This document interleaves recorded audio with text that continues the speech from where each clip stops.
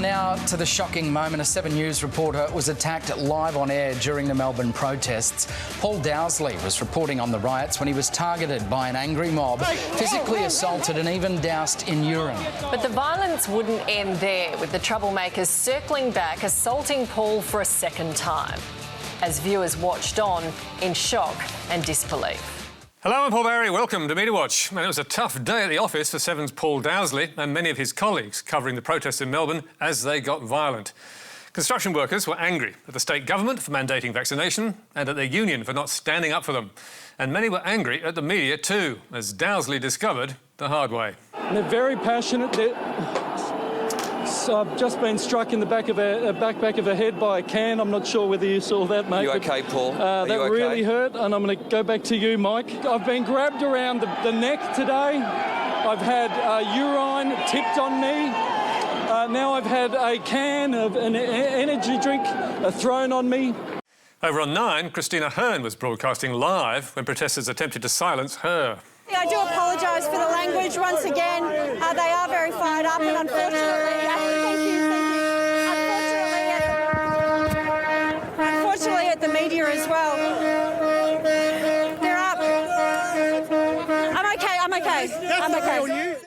And there was plenty of verbal abuse directed at the media to go with it, not just in Melbourne, but at protests right around Australia. You're the virus, mate! Your fault! Fake channel are you from? No, Fake news! Fake news media! Shame on you! Shame! fake news, you piece of shit! And why was the media at fault? Because many believe they're not getting a fair hearing from journalists.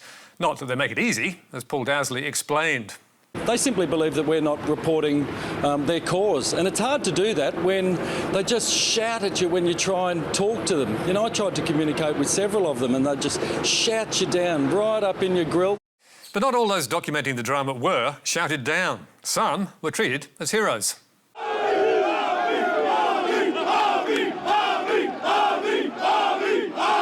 Harvey is Avi Yemeni, social media provocateur and Australian mouthpiece of Rebel News, the Canadian-based far-right media outfit, which has provided a platform to Mark Latham and UK anti-Islam rabble-rouser Tommy Robinson.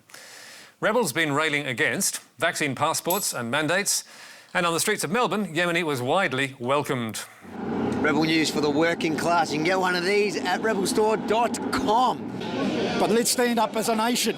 This is bullshit what's going on, and don't be tricked by the media, by the lies and the deceit.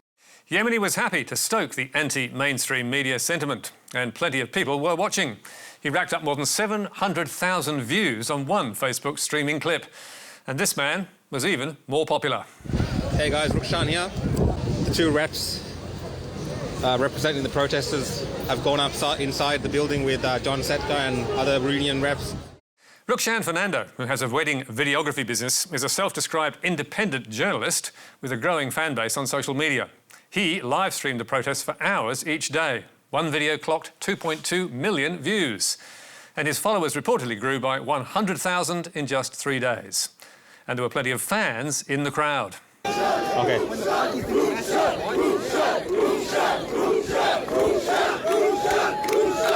Good to see the real media here. Freedom of choice.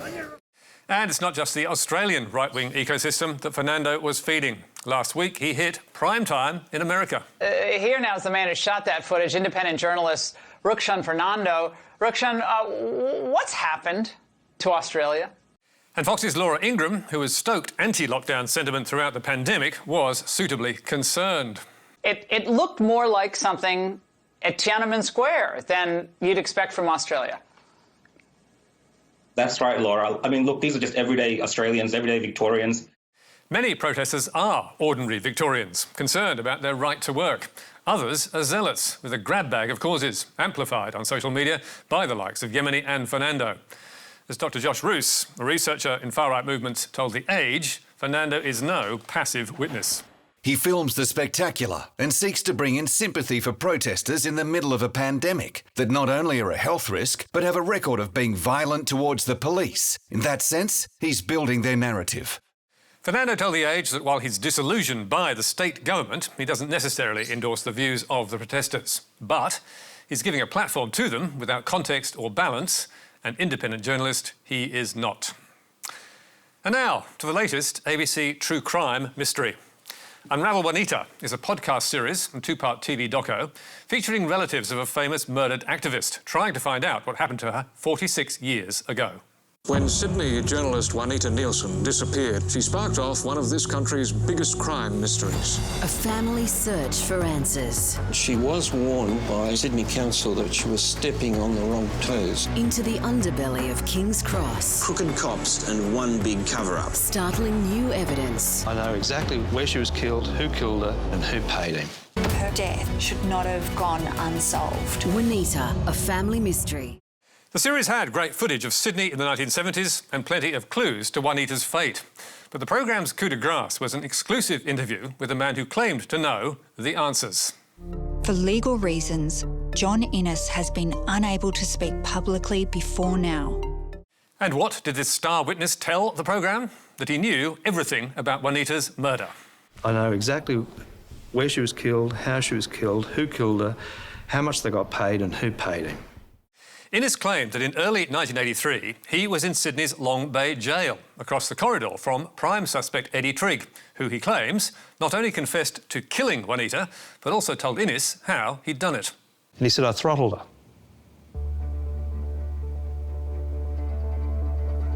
I mean, throttle's a really unusual word. I mean, I don't know if anyone uses the word throttle, and it kind of threw me, you know. I thought, Jesus, he's talking about strangling this woman. And what did the killer then do with the body? I never asked how or where they took the body. It was getting way too dangerous. Yes, believe it or not, Innes did not ask. Now, you may think that's odd, but his claims were showcased in the TV doco and the podcast series and picked up by ABC Online, whereupon some started asking questions, such as, why had Innes been silent for 38 years? And had he really been sent to prison, as he claimed, in a daring undercover sting arranged by the cops to crack the case? I went in, it was December 82, and it went on for nearly 3 months. You were locked inside the prison for 3 months? Yeah, it's part of the operation, that's right. That's amazing. It is amazing. And Innes told the ABC's true crime series the undercover mission all began with a knock on his parents' door. We got a visit at about 7 o'clock at night, and it was Carl Arkins, Detective Sergeant in charge of the homicide squad, which kind of alarmed my mother a little bit. It was a bit unexpected. That name might seem familiar. Carl Arkins. He was one of the detectives in charge of investigating Juanita's case. It is an incredible story, but is it true? Not according to 3 former colleagues who say they knew John Innes from the New South Wales Corporate Affairs Commission in the early 80s, and who told us that in their opinion, his short spell in jail, quote, had absolutely nothing to do with any undercover mission. John Innes was charged for having passed valueless cheques. They actually arrested him in the office in full view of his colleagues. And sure enough, when we went digging in the archives, we found John Russell Innes did get in trouble with the law. Defendant set to flee, say police. An investigator with the Corporate Affairs Commission who faces 14 charges connected with the alleged running of a male brothel appeared in Waverley Court yesterday, charged with making false statements to obtain a passport. The fleeing defendant, we have confirmed, was Unravel's key witness, John Innes. And 2 months after that court appearance, he pleaded guilty to 4 charges of obtaining property by false pretences and 1 charge of making a false statement to obtain a passport, after which he was ordered to pay compensation and bound over in the sum of $2,000. So, it seems the ABC wasn't giving the full story when it said in its podcast and online, Mr Innes has no record of criminal convictions. Indeed, it seems Innes was in Long Bay on remand in 1983 for committing crimes and not as an undercover agent to solve them. And here is another piece of his story that may not quite fit. Innes told Unravel he had shared his cell in Long Bay with Les Murphy, one of the notorious Anita Cobby killers. And in its first version of the online story, the ABC repeated that claim. So I'm now spending my days with 2 murderers, one a sociopath and one Australia's most notorious killer.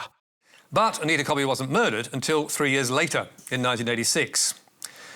A much bigger question about Innes's story is why his bombshell evidence about Trigg's confession to the murder was not led to the inquest or followed up by detectives. Having spent so much time and trouble setting up the sting, why on earth would police discard it? And how come Innes then stayed mum for 38 years as the mystery remained unsolved? In fact, can you believe his story? In my view, the answer is no, and New South Wales Police agree. The first the cops knew of Innes, they say, is when they saw him on TV. He is not mentioned once in the massive police brief on the Nielsen case, and we're told that DS Arkins and his partner Norm Moroney are adamant that Innes was not involved in any undercover operation. New South Wales Police also say that jail records from Long Bay do not show Triggs and Innes in the same cell area. In sum, they believe he's making it up. And the ABC's response to that? On Friday afternoon, after Media Watch shared some of our doubts, the ABC removed the Juanita TV series from iView and took down 2 episodes of the podcast and the online story, saying, Following publication, new information came to light, casting serious doubt on some of Innes's claims. Some of this information had been unavailable to the content makers. Some was available but not discovered. And today, the ABC said in a statement that additional steps should have been taken to verify Innes's claims. But, added in defence, the program makers also sought comment from New South Wales Police, which chose not to repudiate Mr Innes's claims until after they were broadcast. On Friday, we called John Innes and asked him several times if he denied being in jail on fraud charges. He refused to answer the question.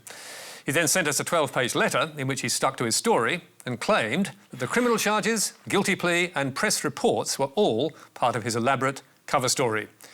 We wanted to publish that letter, but he insists it is just for background.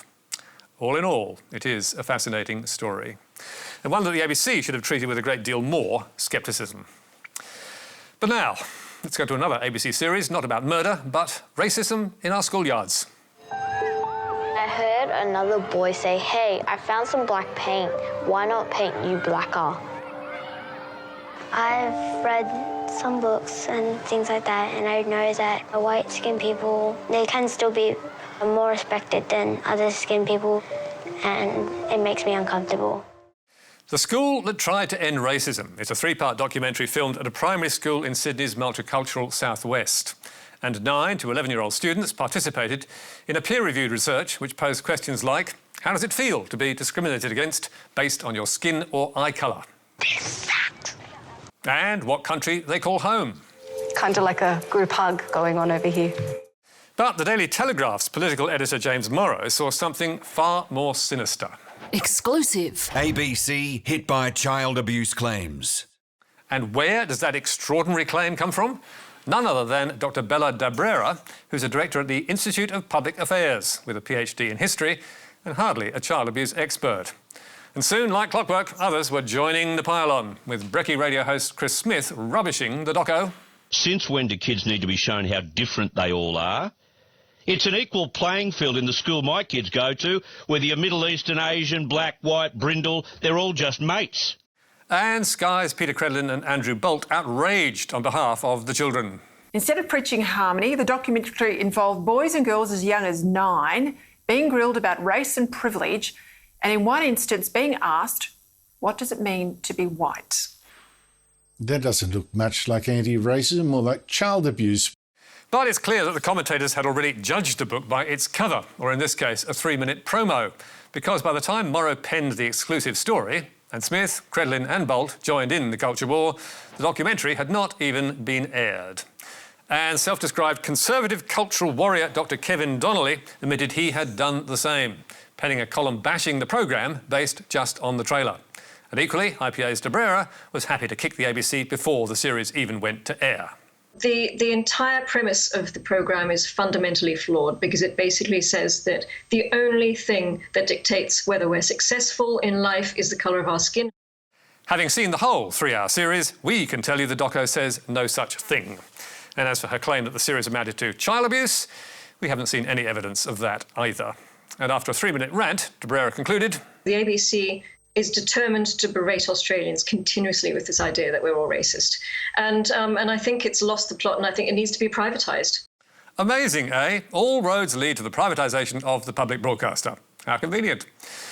So why is the ABC running the series? The host of the documentary, Mark Fennell, said on ABC Breakfast, Firstly, I would say that, 9 to 12-year-old kids in this program and myself personally had already experienced racism, so it's already part of their life. If you can give the kids, again, this set of tools and this set of toolkits to talk about what makes them different, what makes them the same, and how to talk about it safely and openly in an inclusive way, the hope is that some of this behaviour can be stopped before it kind of beds in around adolescence.